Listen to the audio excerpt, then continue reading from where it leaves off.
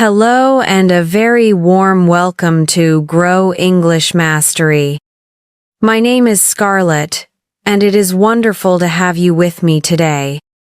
I hope you are feeling ready and excited for a lesson that is a little different.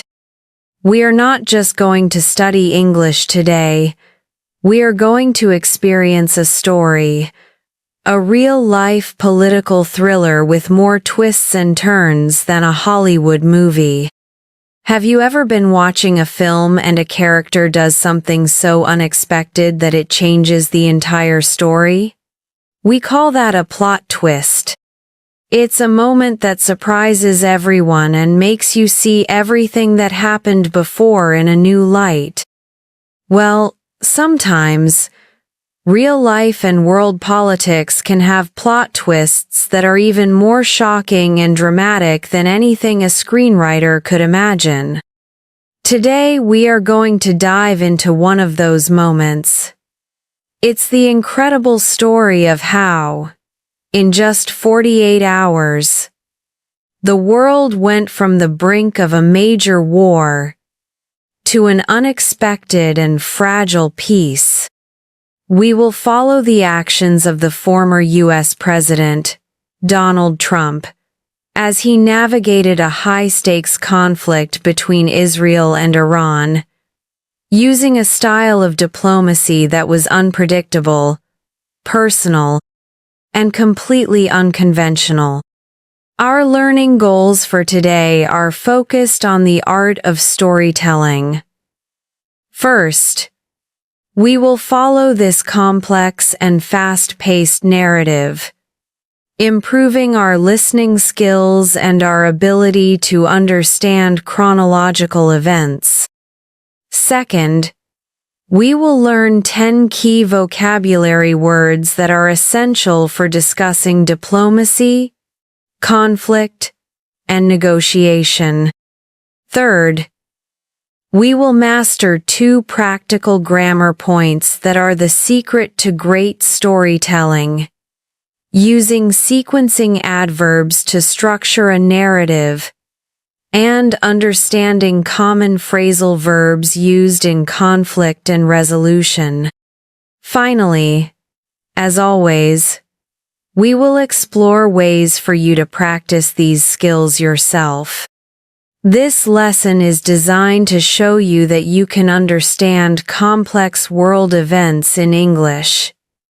By breaking down the story into clear steps, we will unlock the language used to describe these incredible situations. So please, get comfortable, and let's enter the high-stakes world of international diplomacy. Our story is a whirlwind of events that took place over 2 incredibly tense days. Let's set the stage.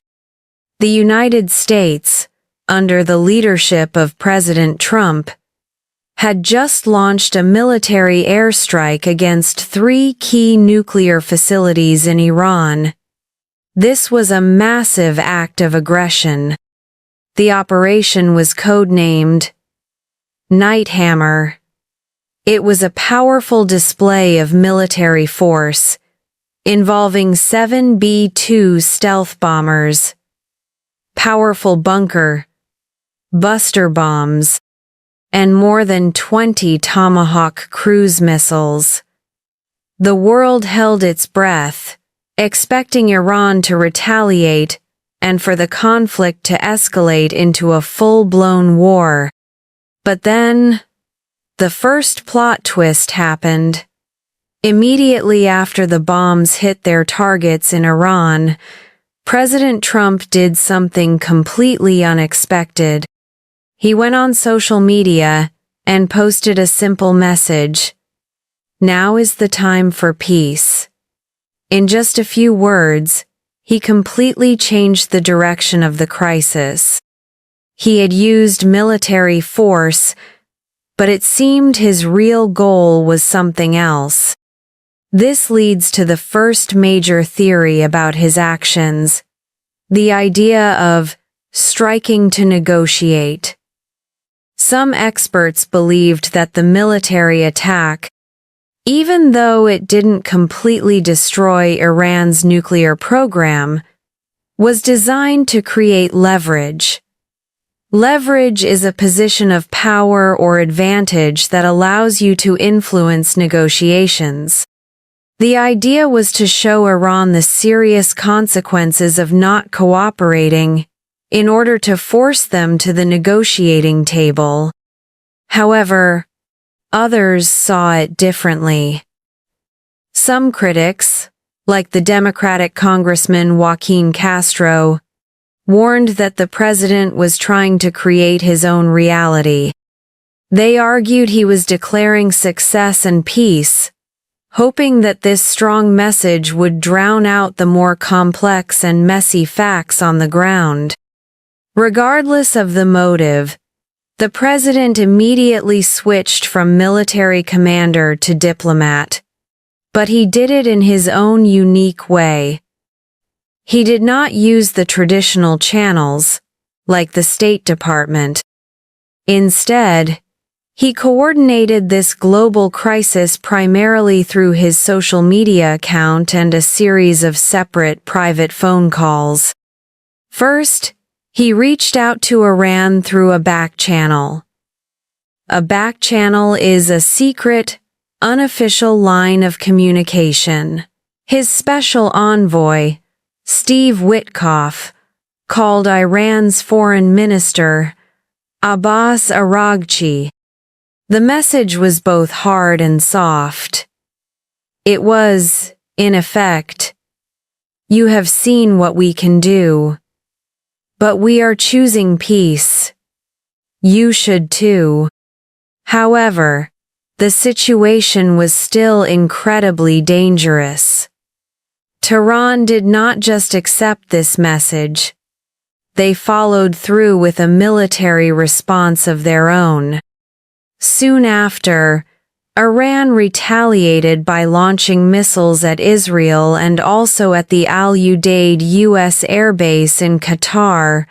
For a moment, it looked like the situation would spiral out of control. This is where a new player stepped in. The country of Qatar began to act as a key mediator. A mediator is a neutral person or country that helps two opposing sides to reach an agreement. Immediately after the U.S. confirmed its peace offer, the Prime Minister of Qatar was on the phone with the leadership of Iran. He worked tirelessly to persuade Tehran to accept a ceasefire agreement. At the same time, President Trump was managing the other side of the conflict. He made a direct phone call to the Prime Minister of Israel, Benjamin Netanyahu. He informed Netanyahu that the U.S. was withdrawing from its attack role and was now proposing a complete end to the conflict. That night in Israel, the Security Cabinet held an emergency meeting. After the meeting, the Israeli government released a statement. They said that they had achieved and exceeded their military goals against Iran, and that they agreed to the American ceasefire proposal in full coordination. So, with both sides seemingly on board, President Trump announced the ceasefire to the world on his social media account at 6 o'clock in the evening, U.S. time. But the chaos was not over. Both Iran and Israel did not immediately confirm the agreement publicly. The announcement came as a surprise even to his own team. The U.S. Vice President, J.D. Vance, admitted he was on his way to a live TV interview when he heard the news and was completely surprised. Then, the fragile peace almost collapsed. In the hours that followed, both sides accused each other of violating the ceasefire. Iran claimed that Israel was continuing its airstrikes. Israel accused Tehran of firing more rockets in retaliation. This is when President Trump intervened again, in the most direct and public way possible. He showed his anger and frustration on social media, publicly criticizing Israel and demanding that they stop the bombing. He then got on the phone while aboard the presidential plane, Air Force One. He called Prime Minister Netanyahu directly and ordered him to stop the attacks. After the call, Trump posted another message, a very memorable one. He wrote that Israeli fighter jets would be turning back for home, with a friendly wave to Iran. And from that moment, it seems the ceasefire held. In his public statements later, President Trump called the entire event the 12-day war and expressed hope that Iran would now open up for trade. In another surprising move, he even posted that China could now continue buying oil from Iran, a statement that went against existing U.S. sanctions. Although the fighting stopped, experts warned that the peace was very fragile and that the risk of a new conflict was still very high. It was a temporary end to a crisis that was managed in a way nobody had ever seen before. What a story! To help us talk about complex narratives like this, let's learn some key vocabulary. Here are 10 important words from our story today. I will say the word, spell it, give a simple definition, and provide 2 examples. Our first word, ceasefire. Ceasefire is spelled C-E-A-S-E-F-I-R-E. A ceasefire is an agreement between 2 sides in a war to stop fighting. For example, he announced a ceasefire between Israel and Iran. The 2 armies agreed to a temporary ceasefire. Our second word, leverage. Leverage is spelled L-E-V-E-R-A-G-E. Leverage is power or influence that you can use to get what you want in a negotiation. For example, the attack was designed to give the U.S. more leverage in talks. Having more than one job offer gives you leverage when negotiating your salary. Our third word, unpredictable. Unpredictable is spelled U-N-P-R-E-D-I-C-T-A-B-L-E. If something is unpredictable, you cannot know what will happen or what it will do. For example, his leadership style was described as unpredictable. The weather in the mountains is very unpredictable. Our fourth word, mediation. Mediation is spelled M-E-D-I-A-T-I-O-N. Mediation is the process of a neutral third party helping 2 sides to solve a disagreement. For example, Qatar played a key role in the mediation process. They could not agree, so they decided to seek mediation. Our fifth word, retaliation. Retaliation is spelled R-E-T-A-L-I-A-T-I-O-N.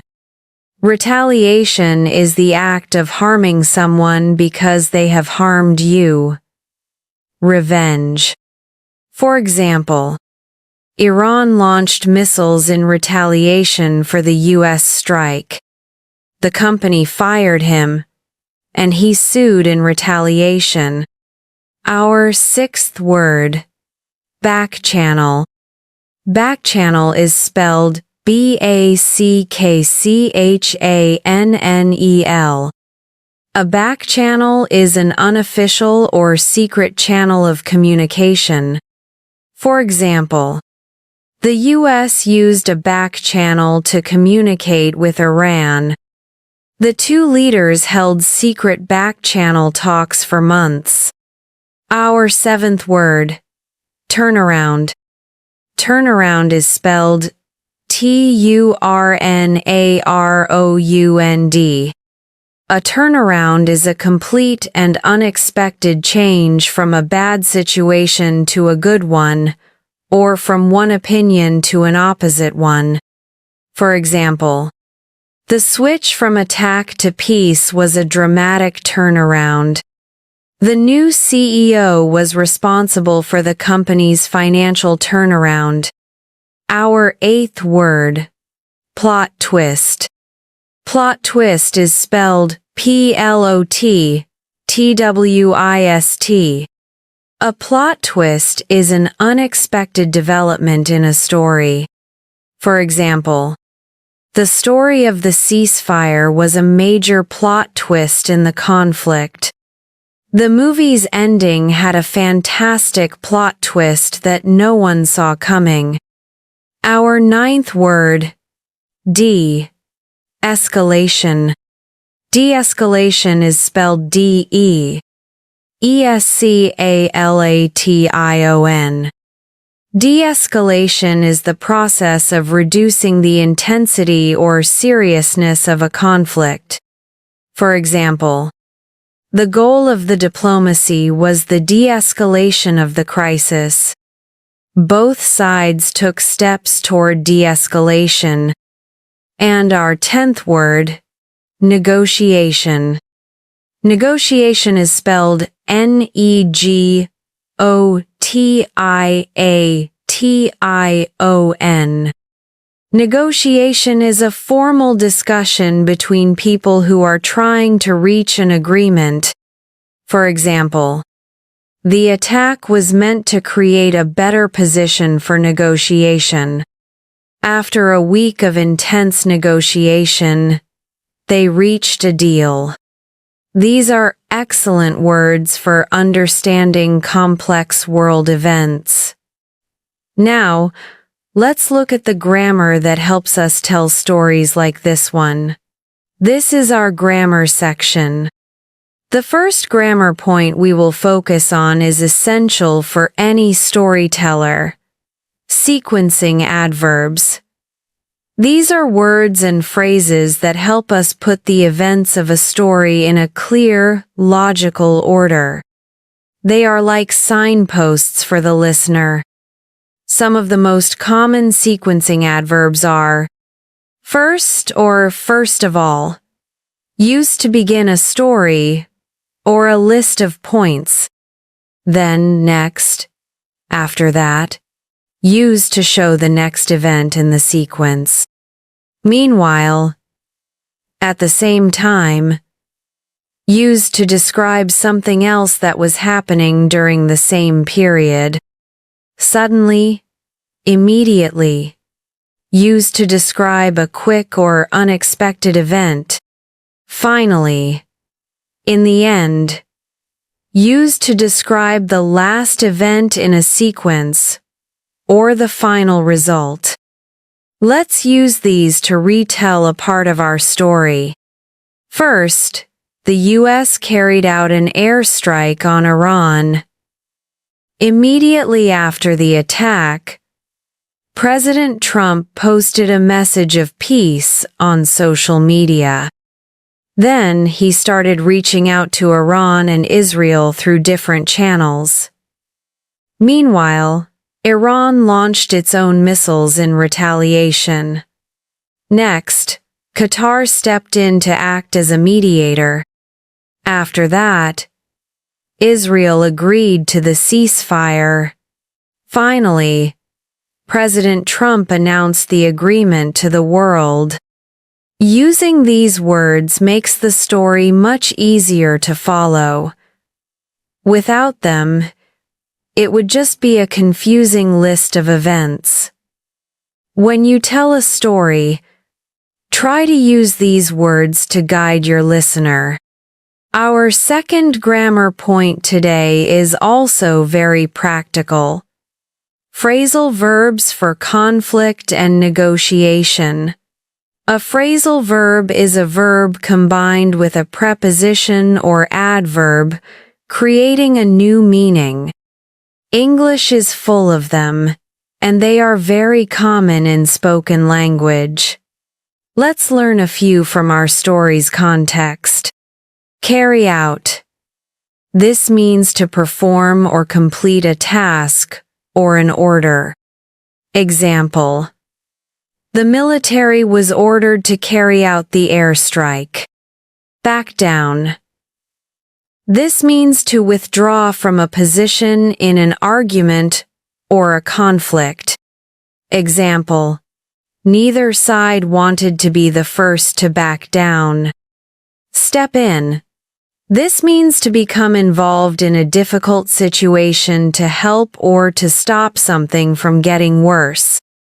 Example: Qatar had to step in as a mediator to prevent a bigger war. Call off. This means to cancel something that was planned. Example: in an earlier event, Trump almost called off an attack at the last minute. Reach out to. This means to try to communicate with someone to get their help or involvement. Example: the president reached out to the Prime Minister of Israel by phone. Follow through. This means to continue with an action or plan until it is completed. Example: the question was whether both sides would follow through on their ceasefire promise. These phrasal verbs will make your English sound much more natural and fluent. Try to listen for them when you watch movies, or listen to native speakers. Now, how can you practice? For sequencing adverbs, try telling a friend about your day, but use at least 5 sequencing adverbs. First, I woke up. Then, I had breakfast. For phrasal verbs, try writing 1 sentence for each of the verbs we learned today. This will help fix them in your memory. To finish, I want to share one more short, inspirational story about unconventional diplomacy. This is the story of the Camp David Accords. In 1978, relations between Israel and Egypt were extremely hostile. They had fought several wars. The U.S. President, Jimmy Carter, decided to try something radical. He invited the Israeli Prime Minister, Menachem Begin, and the Egyptian President, Anwar Sadat, to Camp David, the presidential retreat in Maryland. For 13 days, the 3 leaders were isolated from the outside world. The negotiations were incredibly difficult. Begin and Sadat were old enemies with deep distrust for each other. At several points, the talks almost collapsed completely. But President Carter didn't give up. He acted as a personal mediator, going back and forth between the 2 leaders' cabins, talking, listening, and trying to find common ground. It was an intense, emotional, and personal style of diplomacy. Finally, through sheer persistence, they reached a breakthrough. They signed the Camp David Accords, which led directly to the 1979 Egypt-Israel peace treaty. It was a historic moment that nobody thought was possible. It shows that sometimes, to solve the most difficult problems, you need to break the rules of traditional diplomacy and focus on personal connection and relentless determination. We have explored an amazing story today. Let's quickly review our key takeaways. First, we followed the dramatic 48-hour plot twist where President Trump shifted from attacking Iran to brokering a ceasefire, showing us that world events can be highly unpredictable. Second, we learned 10 key vocabulary words to discuss these events, including ceasefire, leverage, and mediation. Third, we mastered 2 important grammar tools for storytelling, using sequencing adverbs like first, then, and finally, to create a clear narrative, and using common phrasal verbs for conflict and negotiation. I hope this lesson has not only improved your English but also given you a fascinating insight into the complex world of international relations. The ability to follow stories like this is a real superpower. Thank you for your dedication and for joining me today at Grow English Mastery. If you enjoyed this storytelling lesson, please let us know in the comments. We love hearing from you. And if you want to continue learning with us, please don't forget to like this video, share it with a friend, and subscribe to our channel. It means the world to us. Keep practicing, stay curious, and I look forward to seeing you in our next lesson. Goodbye for now.